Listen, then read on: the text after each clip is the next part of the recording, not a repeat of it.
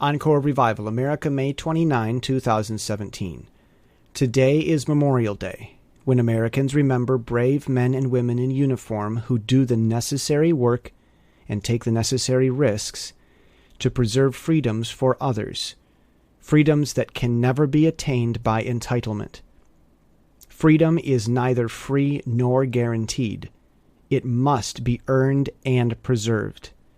Today, we pause to honor those who do that for us. At the recent NATO conference, Britain's Prime Minister May confronted President Trump about leaks within an administration congressional Democrats have blocked Trump from replacing. There seems to be no word so far on May's view of Obama hiring people in the leaky administration or the Democrats for not encouraging leakers to be replaced more quickly. Montana's Republican congressman finally did what many people have wanted to do to news reporters. Greg Gianforte reportedly body-slammed a reporter from the UK Guardian and broke his glasses. And you know what they say about hitting a guy with glasses. Perhaps the reporter lacked the foresight to see it coming, or maybe he didn't understand the very news he was covering, so he made the news instead. Shoving an uninvited microphone into the face of a Montanan is a bad idea, but Gianforte will have to get used to it since he plans on going to Washington. This proved that the new congressman is not part of the establishment. It wasn't the first time that a country bumpkin, good old-fashioned, red-blooded American opened a can on the Brits. It's not the first time and won't be the last time Americans feel frustration with the news media. 3 newspapers pulled their endorsement, even though it was probably too late to matter, albeit the news doesn't endorse candidates. It reports on them, hopefully not provoking assault in the process. Gianforte apologized after he won the election both to the reporter and the Fox News team on the scene for the trouble. Waiting was the right thing to do, staying his apology until it wouldn't get him more votes. He was sincere, his reporters in the room forgave him, and it did seem to be about personal respectability and leading by example.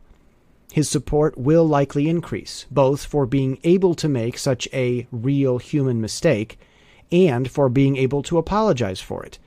These things could make him a much-needed and positive influence on Congress. There is something symbolic about this. With Gianforte's victory in Montana, a second butt-kicker will soon arrive in Washington. The news industry as a whole is taking a tumble, literally and figuratively. The scripted assault plan from the media playbook is now mounting against Hannity, and everyone is responding on cue.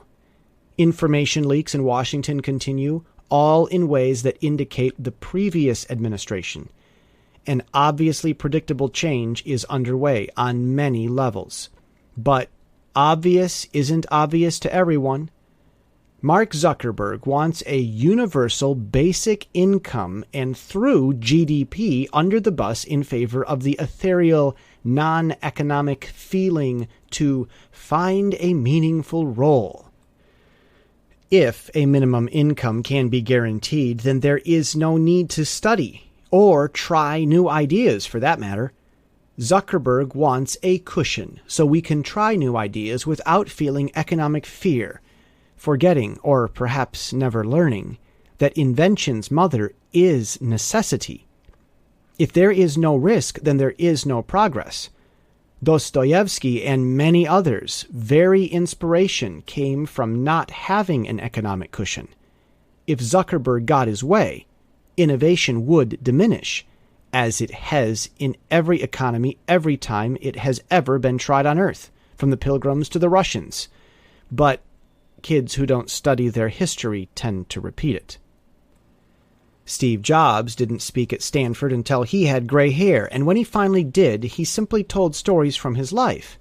By contrast, the young Harvard dropout speaking at the Harvard graduation this past weekend couldn't talk about his life story because he hadn't lived long enough to have one.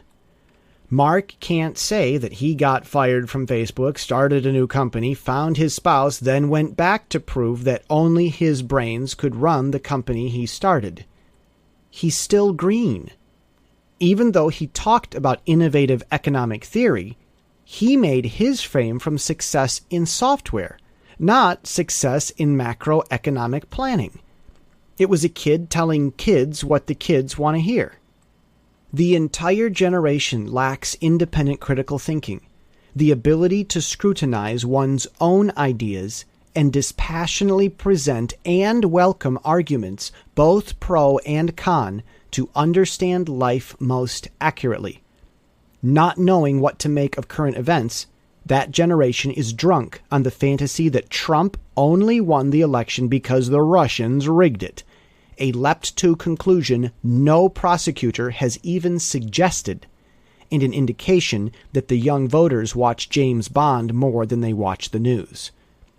Trump is as green to politics as Zuckerberg is to economics, except Trump has a life story that includes both failure and rebound.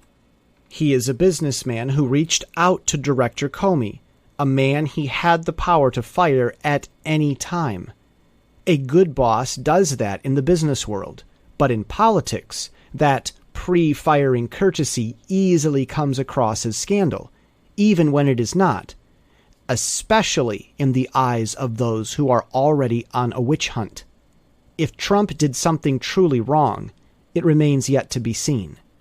These supposed scandals in the news about Trump, so far anyway, are mere disillusion for the disillusioned, begging the question of whether delusion is all there is to these reported scandals.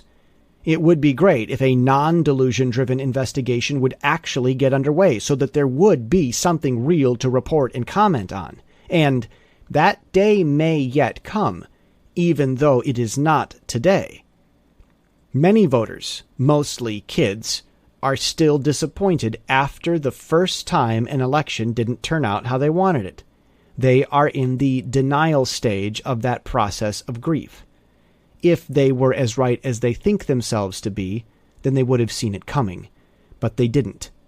Based on the evidence, the world today does not need Zuckerberg's basic universal income guarantee. We need basic critical thinking. Some people have that basic thinking. The rest wake up every day surprised and disappointed.